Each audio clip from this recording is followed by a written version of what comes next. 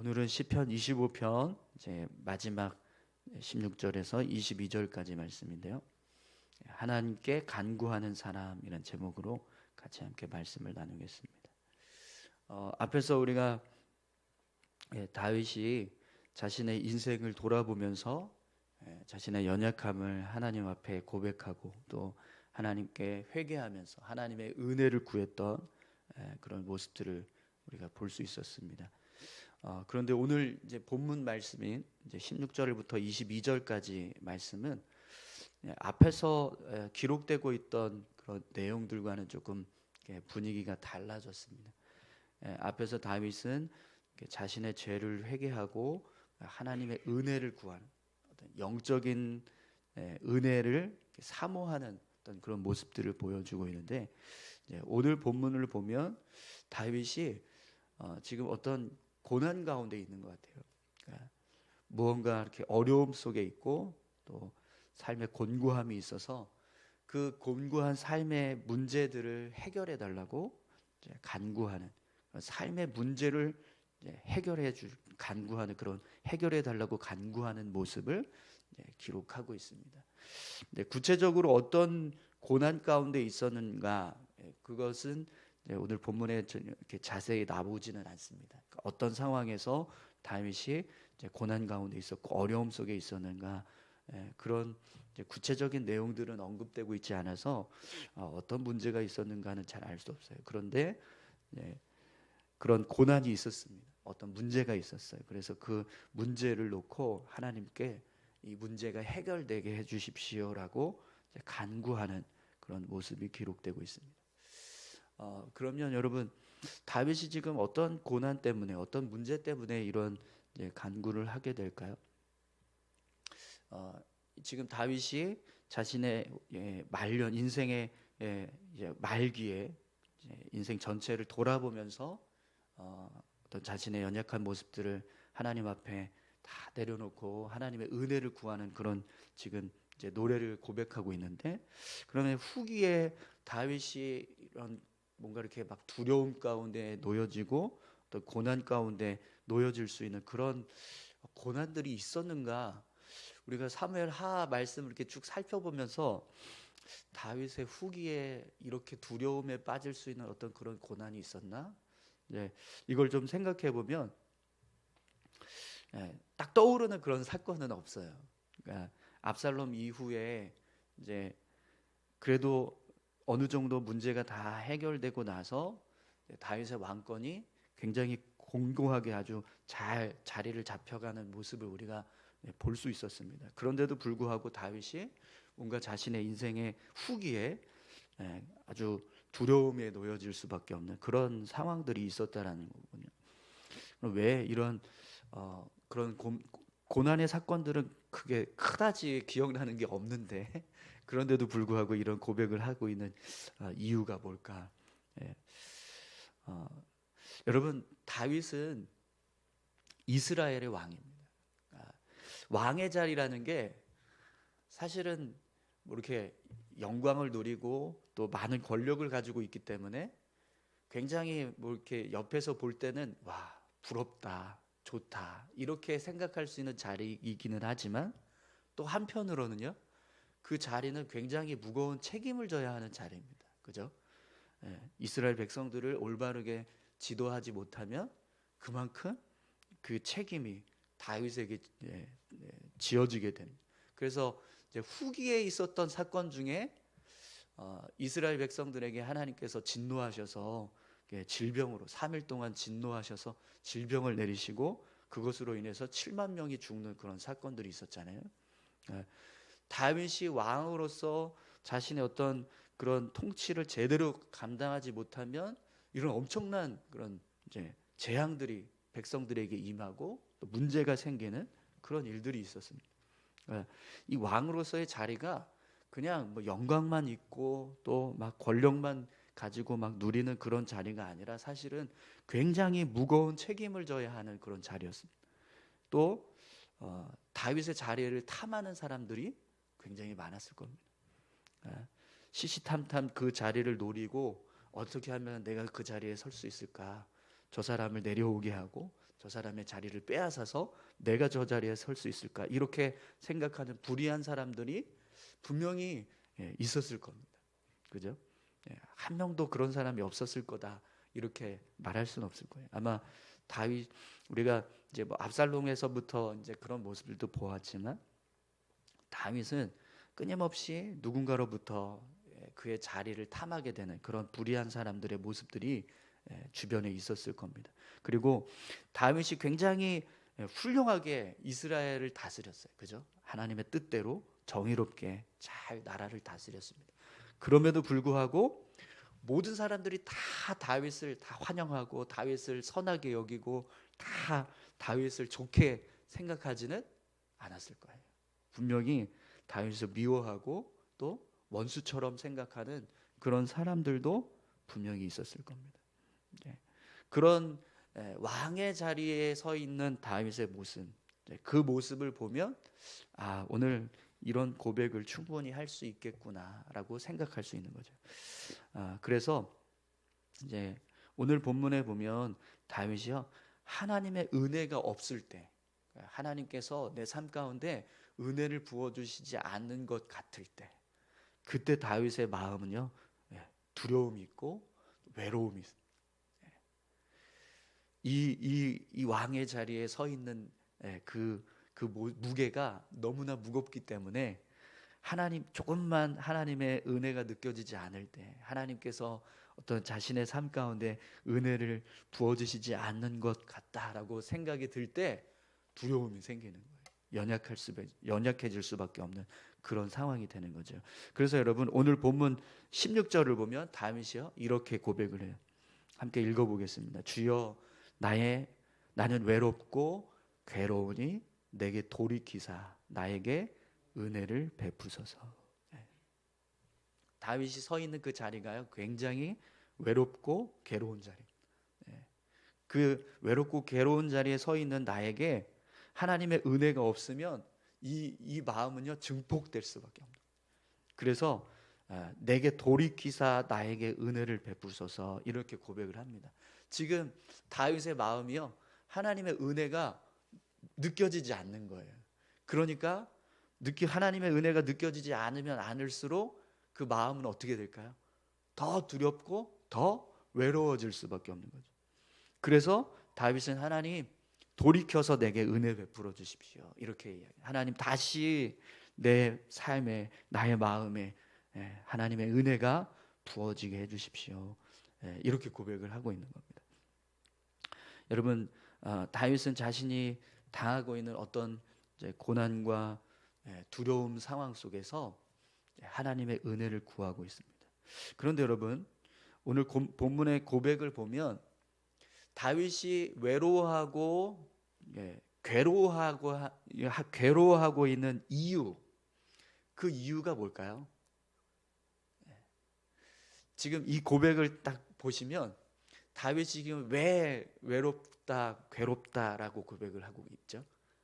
어떤 상황, 문제가 있어서, 내 삶에 어떤 고난이 있어서, 내가 어떤 두려운 상황에 놓여져 있어서 그래서 외롭고 괴롭습니까? 그게 아니라 하나님의 은혜가 없어서 외롭고 괴롭다는 거예요. 어떤 문제 때문에 내가 외롭고 괴로운 게 아니라 하나님의 은혜가 부재하기 때문에 외롭고 괴롭다라는 거죠.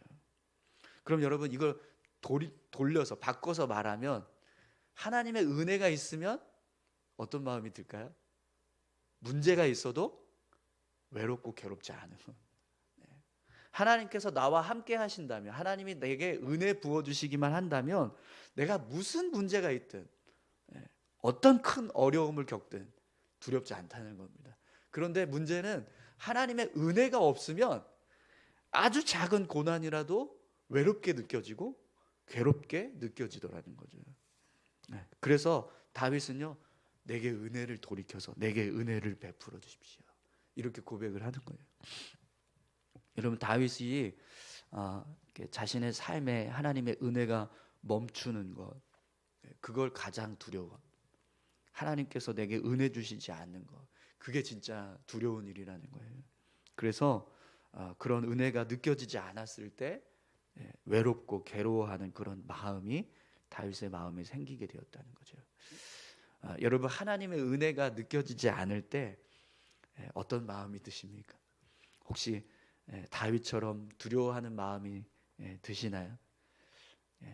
하나님의 은혜가 내 삶 가운데 부어지지 않을 때 외롭다, 이런 마음이 드십니까? 사실 우리가 삶을 살아가다 보면 하나님의 은혜가 있든 없든 그다지 크게 흔들리지 않죠. 오히려 내 지갑에 돈이 하나도 없어, 내 지금 주머니에 전혀 어떤 물질이 없을 때, 그때 우리가 더 막 두려워하고 염려하는 그런 모습들이 있지 않습니까? 어떤 문제가 생겼을 때 그 문제 때문에 두려워하고 그 문제 때문에 염려하고 근심하는 건 있지만, 하나님의 은혜가 없다고 해서 우리가 두려워하거나 외로워하는 그런 모습들이 어떠세요? 여러분들의 삶에는 이런 모습이 있으십니까? 네. 오늘 저와 여러분들이요, 다윗처럼 하나님의 은혜가 부재한 것, 그게 진짜 내게 두려움이고 그게 진짜 내가 외로워해야 될 일이라는 이런 믿음의 고백, 이런 고백이 우리 안에 있기를 소망합니다. 내 은행 통장에 뭐 잔고가 제로라고 할지라도 하나님의 은혜만 있으면, 하나님이 나와 함께 하시기만 한다면 두렵지 않습니다. 지금 내 눈앞에 막 사업이 망하고 막 쓰러져가는 그런 일이 일어나고 있다 할지라도 하나님께서 내게 은혜 주고 계시기만 한다면 하나님 걱정하지 않겠습니다. 염려하지 않겠습니다. 이런 믿음의 고백이 이제 하나님 앞에 있어야 한다는 거죠. 근데 우리가 살아가다 보면 그게 아니라 바뀌어서 세상에 어떤 문제가 있거나 어떤 어려움이 있으면 그것 때문에 우리가 막 힘들어하고 괴로워하고 두려워하는 마음은 있지만, 하나님의 은혜가 없다고 해서 두려워하거나 내 마음이 막 강팍해져서 메말라 있어서 하나님 앞에 예배하지 못하는 것 때문에 그게 염려가 되고 걱정이 되고 그러진 않다라는 겁니다. 그런데 다윗은요, 그게 아니었어요. 반대로 예배하지 못하는 내 마음이 두렵고 하나님 앞에 기도하지 못하고 있는 내 상황이 지금 두려운 거예요.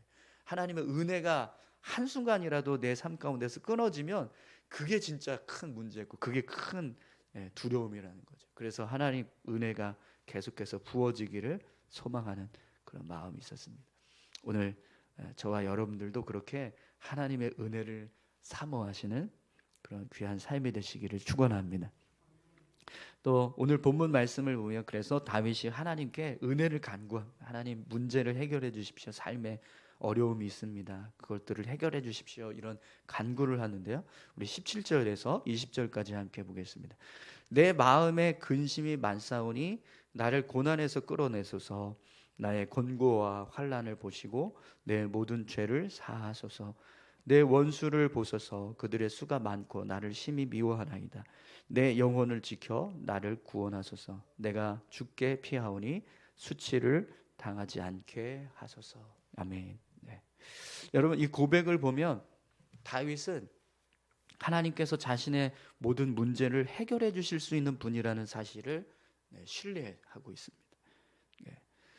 그냥 뭐 하나님을 향해서 막연하게 내가 지금 이런 문제가 있는데 이런 문제가 해결되었으면 좋겠습니다라고 그냥 막 이렇게 푸념하고 토로하는 어떤 그런 고백이 아니라, 하나님이 내 삶의 문제를 해결해 주실 수 있는 해결자라고 신뢰하는 거예요.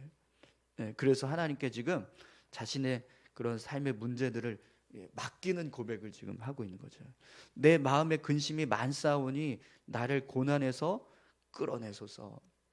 내가 지금 아주 많은 그런 근심거리가 있습니다. 내 주변에 있는 상황들이나 내가 지금 처해 있는 상황들을 볼 때 너무나 근심스러울 수밖에 없는 상황입니다. 근데 그걸 하나님으로부터 하나님이 끌어내 주십시오, 이렇게 고백을 하는 거죠. 또 나의 곤고와 환난을 보시고 내 모든 죄를 사하소서, 이런 고백을 합니다. 다윗이요, 그러니까 지금 자기가 당하고 있는 고난과 환난이 자기 죄로 인한 어떤 결과라는 거예요. 그래서 하나님, 제가 지금 지은 죄로 인해서 이렇게 고난과 환난을 당하고 있습니다. 이제 이 당하고 있는 고난과 환난은 충분하지 않습니까? 그러니까 예, 저의 모든 죄를 사해 주십시오. 이렇게 고백을 하고 있는 거죠. 예. 하나님, 이제는 제가 죄값 다 치르지 않았습니까? 그러니까 좀 건져 주십시오. 이렇게 고백하는 거예요. 네. 또 내 원수를 보소서. 그들의 수가 많고 나를 심히 미워하나이다. 내 영혼을 지켜 나를 구원하소서. 내가 주께 피하오니 수치를 당하지 않게 하소서. 원수가 굉장히 많이 있습니다. 그 수가 너무나 많아요. 내가 감당할 수 없을 만큼. 그런데 하나님께 맡기는 거예요. 하나님, 나를 건져 주십시오. 내 영혼이 이런 수많은 원수들로부터 수치를 당하지 않고 구원받을 수 있게 도와주십시오. 은혜 주십시오. 이렇게 간구하고 있는 거죠. 여러분, 삶에 문제가 있을 때 여러분은 그 문제를 해결하기 위해서 어떻게 하십니까? 지금 다윗은 하나님께 자기 문제를 다 맡기고 있습니다. 하나님께서 자신의 문제를 해결해 주실 수 있는 분이라는 것을 믿고 하나님을 향해서 도움을 구하고 있는 거죠. 뿐만 아니라 다윗은 하나님께서 은혜를 베푸셔야 내가 가장 안전하고 평안할 수 있다. 이 사실을 믿고 하나님을 지금 신뢰하고 있어요. 그래서 모든 문제를 하나님께 맡기고 간구하고 있습니다. 여러분, 하나님께서 우리 삶의 문제를 해결해 주실 수 있는 해결자라는 것을 믿으십니까? 우리 삶의 모든 문제가 있을 때 그걸 하나님께 맡겼을 때 하나님께서 그 문제들을 해결해 주실 수 있는 충분한 능력이 있다는 것, 그것을 우리가 신뢰한다면 우리 삶에 어떤 문제가 생겼을 때 가장 먼저 할 일은요, 하나님께 맡기는. 하나님께서 은혜 주셔야 이 문제가 해결될 줄 믿습니다. 이렇게 하나님께 간구하는 거죠. 그런데 여러분, 정말 하나님은요, 우리 삶의 모든 문제를 해결하실 수 있는 충분한 능력이 있으십니다. 아멘이십니까? 네. 하나님은 전능하신 분이세요. 이 세상을 창조하셨고 또 이 세상을 지금도 주관하고 계시는 분이죠. 아브라함을 하나님께서 부르셨을 때 이제 본토 친척 아비 집을 떠나서 내가 내게 지시할 땅으로 가라 이렇게 말씀하셨잖아요. 어디로 가야 할지 사실은 정확하게 알려주시지도 않았는데 아브라함은 하나님의 말씀을 듣고 가나안 땅을 향해서 그러니까 길을 떠납니다. 아버지의 집을 다 청산하고 그 땅을 떠나는 일을 했어요. 어디로 갈지는 몰랐지만 하나님께서 인도하시겠지, 나를 주관해 주시겠지, 하나님께서 부르셨으니까 책임져 주시겠지, 이런 믿음이 있었다는 거죠. 그런데 여러분, 아브라함이 그렇게 하나님을 신뢰하고 나아갔을 때 그가 어디로 가야 할지 모르면서도 그렇게 아버지의 집을 다 떠나서 정리하고 다 떠나는 그 모습이 결국에는 어떻게 되었죠? 인생이 망하는 그런 상황이 되었습니까? 그게 아니라 오히려 더 풍성할 수 있었잖아요. 아브라함과 롯이 땅을 서로 나누려고 했습니다. 그래서 이때도 하나님께 다 맡기고 롯에게 너가 우하면 나는 자하고 내가 자하면 나는 우하겠다 이렇게 고백하잖아요. 그리고 그렇게 정말 롯이 먼저 선택하게 했습니다. 그때 하나님이 아브라함에게 어떻게 하셨죠? 야, 너 눈을 들어서 좌우를 한번 살펴봐라. 네가 보는 땅들을 내가 다 주겠다 이렇게 말씀하시는 분이십니다. 하나님은 그런 분이세요. 이스라엘 백성들이 홍해 앞에 갇혀서 꼼짝도 못하고 있을 때 뒤에서 애국 군대가 쳐들어 그들을 추격하고 있는 그 상황에서 이제 조금만 더 있으면 애국 군대가 완전히 이스라엘 백성들을 다 칠 수 있는 그런 아주 위기의 상황이었습니다. 그때 하나님께서 어떻게 하셨죠? 홍해를 갈라서 마른 땅을 건너가게 하셨습니다. 그것도 밤새도록 이스라엘 백성들이 홍해가 갈라지는 모습을 지켜보게 하셨어요. 그리고 이스라엘 애굽 군대는 불기둥과 구름기둥으로 막아놓고 꼼짝도 못하게 막아놓고 한 발짝도 전진하지 못하게 하시고 홍해 앞에서 홍해가 갈라지는 모습들을 보게 하시고 그리고 그 마른 땅을 건너가게 하시는 일을 행하셨습니다. 하나님은 그런 분이십니다. 여러분, 우리를 구원하신 예수님을 여러분 생각해 보십시오. 예수님께서 이 땅에서 행하신 일들 중에 많은 어떤 기적들이 있죠. 그 중에서 정말 이 세상을 주관하고 계시는 분이라는 걸 아주 분명하게 드러냈던 사건이 있었죠. 제자들과 같이 이렇게 배를 타고 가는데 풍랑이 일어나서 막 배가 이렇게 전복될 침몰할 위기가 있었는데, 그때 예수님께서 어떻게 하시죠? 잠잠하라, 멈춰라, 폭풍아 멈춰라, 이렇게 말씀하시니까요, 폭풍이 멈췄습니다. 중풍병자에게 일어나라 라고 말씀하시니까 일어나서 걷게 되었고, 우리 예수님이 바로 그런 분이십니다. 우리 안에 계시고 우리를 구원하신, 우리를 하나님의 자녀로 세워주신 예수 그리스도께서 우리 삶의 주인이세요. 그분이 바로 그런 능력을 가지고 우리를 주관하고 계십니다. 그렇기 때문에 여러분, 내 삶의 문제들을 하나님께 맡기는 것, 그리고 내 삶의 문제들을 예수님께 맡기는 것, 그것보다 더 안전하고 확실한 해결 방법은 이 세상에 없는 줄 믿습니다. 오늘 저와 여러분들이 그렇게 하나님을 신뢰하고 하나님을 붙잡을 수 있는 믿음, 우리 안에 나를 주관하신, 나의 삶의 주인 되시는 예수님을 붙잡고 믿음으로 살아가는 저와 여러분들이 다 되시기를 축원합니다. 그래서 여러분, 마지막 우리 이제 다윗의 고백을 함께 보겠습니다. 21절에서 22절까지 보겠습니다. 내가 주를 바라오니 성실과 정직으로 나를 보호하소서. 하나님이여, 이스라엘을 그 모든 환난에서 속량하소서. 아멘. 다윗은 하나님께 자신을 보호해 달라고 고백합니다. 하나님께서 나를 보호해 주시길 원합니다. 내가 주를 바라옵니다. 성실과 정직으로 나를 보호해 주십시오. 이스라엘의 하나님, 하나님께서 이스라엘을 그 모든 환난에서 속량하소서. 하나님을 향해서 이스라엘 백성들을 구원해 달라고 요청하고 있어요. 여러분, 하나님을 바라보시기 바랍니다. 할렐루야. 졸리시죠? 주를 바라볼 때 하나님은요, 성실과 정직으로 우리를 보호해 주실 줄 믿습니다. 하나님을 바라보시고 또 우리 삶을 인도하시는 예수님을 바라보시기 바랍니다. 그분을 의지하는 것보다 더 든든한 어떤 문제 해결 방법은 없는 줄 믿습니다. 우리 같이 함께 기도하실까요? 우리 마지막 다윗이 고백하는 이 고백처럼, 하나님, 제가 하나님 바라보길 원합니다. 하나님, 저의 모든 삶의 문제들을 하나님께 맡겨드리기 원합니다.